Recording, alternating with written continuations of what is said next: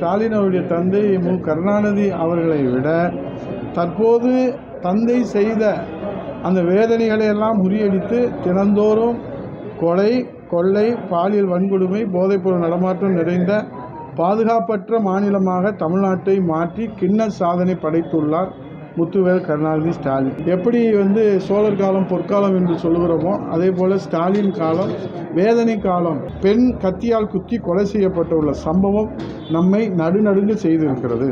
தற்போது நடந்துள்ள ஒரே மாதிரியான இந்த கொலைகளுக்கு யார் காரணம், யார் சார்? ஏற்கனவே உள்ளே இருப்பவர்கள் உண்மை குற்றவாளிகளா என்கிற கேள்வி எழுந்து மாண்புமிகு எதிர்க்கட்சி தலைவர் வருங்கால முதலமைச்சர் புரட்சித் தலைவர் ஐயா எடப்பாடி அவர்கள் வழக்கை விரைவாக முடிப்பதற்காக பொய் குற்றவாளிகளை, பினாமி குற்றவாளிகளை நீங்கள் சிறையில் வைத்திருப்பதாக செய்திகள் வருவது அதிர்ச்சி அளிக்கிறது. அப்பா என்று சொல்லுகிற ஸ்டாலின் அவர்களை போதைகளுக்கு அடிமையாக்குகிற ஒரு துர்பாக்கிய நிலையிலே நாம் இன்றைக்கு கண்ணீர் வடித்து கொண்டிருக்கின்றோம்.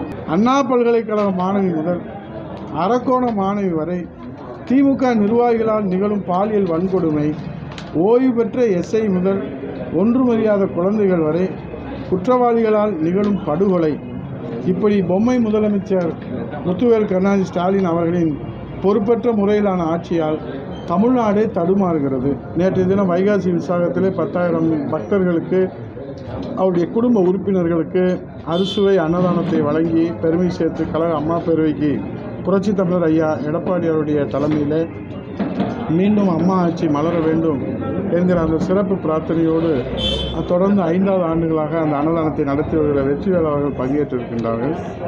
ஆகவே இந்த நிகழ்வில் உங்களோடு சில விஷயங்களை பகிர்ந்து கொள்ள விரும்புகிறேன். அமைதி பூங்காவாக இருந்த தமிழ்நாட்டில் அணுகுண்டு விழுந்ததைப் போல அமைந்தது தான் திமுக ஆட்சி. உங்களுக்கெல்லாம் நன்றாக தெரியும். எப்பொழுதெல்லாம் திமுக ஆட்சிக்கு வருகிறதோ அப்பொழுதெல்லாம் மின்வெட்டு வரும், நமக்கு தெரியும். ஊழல்கள் அதிகரிக்கும், அதுவும் நமக்கு தெரியும். விலைவாசி ஏற்றம் அடையும், அதுவும் நமக்கு தெரியும். சட்டம் ஒழுங்கு சீர்கேடும் என்பது எல்லோருக்கும் தெரிந்த பொதுவான ஒன்றுதான். ஆனால் சட்டம் ஒழுங்கு சீர்கேட்டில் கடந்த காலங்களை விட, அதாவது ஸ்டாலின் அவருடைய தந்தை மு. கருணாநிதி அவர்களை விட தற்போது தந்தை செய்த அந்த வேதனைகளை எல்லாம் முறியடித்து தினந்தோறும் கொலை, கொள்ளை, பாலியல் வன்கொடுமை, போதைப்பொருள் நடமாட்டம் நிறைந்த பாதுகாப்பற்ற மாநிலமாக தமிழ்நாட்டை மாற்றி கின்னஸ் சாதனை படைத்துள்ளார் முத்துவேல் கருணாநிதி ஸ்டாலின். இதுதான் இந்த நாட்டினுடைய நிலைமை. 2021 2026 இந்த திமுக ஆட்சி 5 ஆண்டுகள் தங்கள் வாழ்விலே மோசமான ஆண்டுகளாக தமிழக மக்களின் நினைவிலே நிச்சயம் இருக்கும். எப்படி சோழர் காலம் பொற்காலம் என்று சொல்லுகிறோமோ அதே போல் ஸ்டாலின் காலம் வேதனை காலம் என்பது இன்றைக்கு மக்கள் மனதிலே பதிந்து இருக்கிறது. ஆகவே இன்றைக்கு இருக்கக்கூடிய தற்போதைய திமுக ஆட்சியிலே இதுவரை 4 ஆண்டுகளில் தினந்தோறும் நடைபெறுகிற கொலை 7000 கொலைகள் நடைபெற்றிருக்கிறது. இங்கும் கொலை, அங்கும் கொலை, எங்கும் கொலை என அப்பாவி மக்களின் அச்சம் மிகுந்த குரல்கள் எல்லா இடங்களிலும் ஒலித்து கொண்டே இருக்கிறது. மக்களின் பயத்தை போக்கி பாதுகாப்பை உறுதி செய்ய வேண்டிய ஸ்டாலின் திமுக அரசு ஆழ்ந்து உறங்கிக் கொண்டே இருக்கிறது. இதுதான் வேதனையுடைய உச்சம். திரைப்படங்களிலே காட்டுவதை விட அதிபயங்கரமான முறைகளிலே கொலைகள் அரங்கேறி வருகின்றன.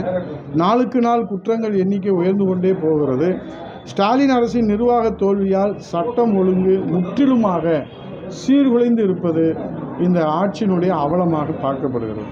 சமீப காலமாக தனியாக வசிப்பவர்கள் குறிவைத்து கொலை செய்யப்படுகிறார்கள்.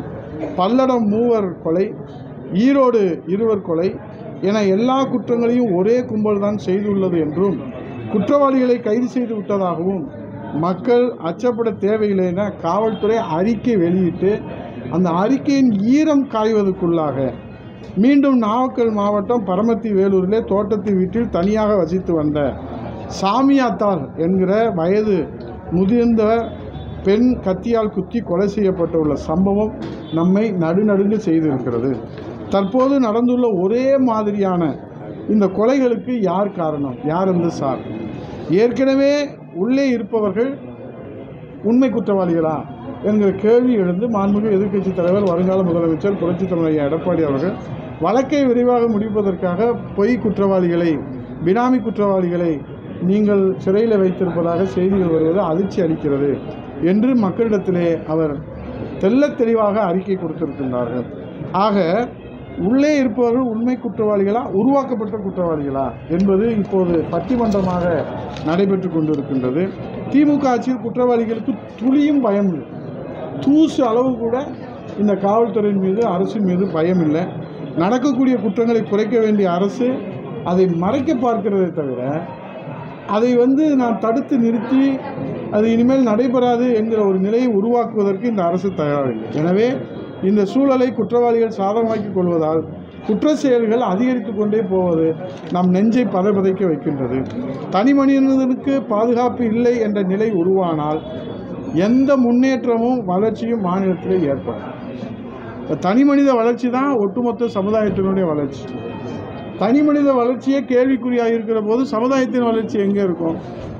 ஆகவே தனி மனித வளர்ச்சியே இன்றைக்கு அதல பாதளத்திலே கேள்விக்குறியாக இருக்கிற போது தமிழ்நாடு வளர்ந்து விட்டது, தமிழ் சமுதாயம் வளர்ந்து விட்டது, தமிழ் மொழி வளர்ந்து விட்டது, தமிழ் இனம் வளர்ந்து விட்டது என்று சொல்வதெல்லாம் சுத்த ஹம்பக்.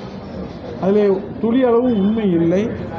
ஆகவே இந்த ஸ்டாலின் ஆட்சியில் போதைப் பொருட்கள் பல்வேறு வடிவங்களில் இளைஞர்களையும் இளம்பெண்களையும் குறிவைத்து இன்றைக்கு அவர்களை போதையில் அடிமையாக்கி அறிவின் அடிமையாக இருந்த தமிழ் மாணவ சமுதாயம் இளைஞர்களை இன்றைக்கு அப்பா என்று சொல்லுகிற ஸ்டாலின் அவர்களை போதைகளுக்கு அடிமையாக்குகிற ஒரு துர்பாக்கிய நிலையிலே நாம் இன்றைக்கு கண்ணீர் வடித்து கொண்டிருக்கின்றோம்.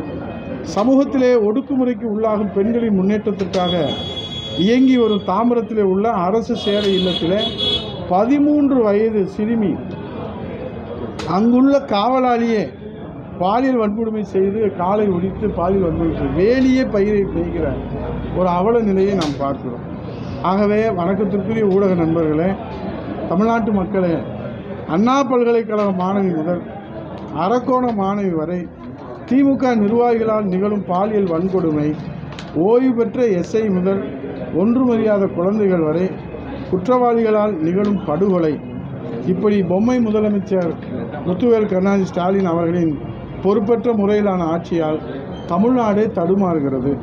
ஆகவே தடுமாறும் தமிழ்நாட்டை தலைநிமிரச் செய்திட நமக்கான தலைவர் எடப்பாடியார் தான் என்பதை இந்த நேரத்தில் தமிழ்நாட்டு மக்கள் தீர்ப்பு வழங்க தயாராக இருக்கிறார்கள். மக்கள் தீர்ப்பே மகேசன் தீர்ப்பு.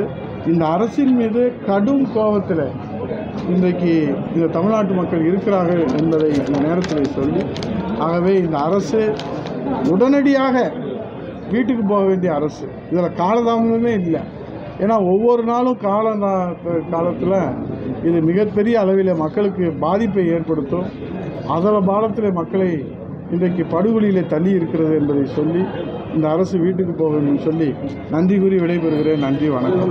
நீங்கள் திமுக அரசு வீட்டுக்கு போகணுன்றீங்க, அங்கே ஒரு கூட்டணி ஆட்சி அமைங்கிறாரு அமித்ஷா, திமுக அரசு வீட்டுக்கு போகும்.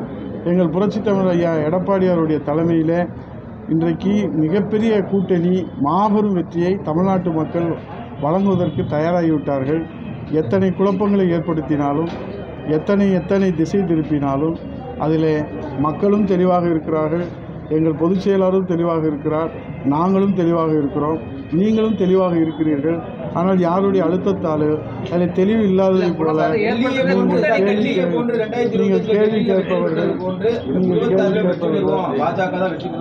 கேள்வி கேட்பதும் அதை கேள்வி கேட்க சொல்பவர்களும் அவர்களை அழுத்தம் கொடுப்பவர்களும் வேண்டுமானால் தெளிவில்லாமல் இருக்கலாம். மக்கள் தெளிவாக இருக்கிறார்கள். முதலமைச்சராக புரட்சித் தமிழர் ஐயா எடப்பாடியார் வர வேண்டும். இப்போது இருக்கிற முதலமைச்சர் முத்துவேல் கருணாநிதி ஸ்டாலின் வீட்டுக்கு போக வேண்டும் என்பதில் தெளிவாக இருப்பார்கள். மக்கள் தீர்ப்பே மகேசன் தீர்ப்பு. நன்றி, வணக்கம். எல்லாருக்கும் உணவு ஏற்பாடு செய்யப்பட்டிருக்கிறது. அந்த உணவை அனைவரும் வயிறார சாப்பிட்டு மனதார வாழ்த்தி நெல்லை பாலு வாழ்த்தி வீட்டுக்கு செல்ல வேண்டும். பாதுகாப்பாக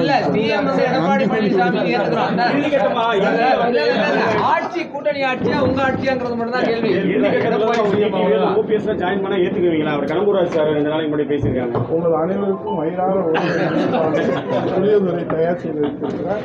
அதை வயிறார உண்டு மனதார அவரை வாழ்த்து இந்த விழா வெற்றியடைய வேண்டும், தொடர்ந்து நடைபெற வேண்டும் என்று வாழ்த்த வேண்டும் என்று நன்றி கூறி விடைபெறுகிறேன். நன்றி, வணக்கம்.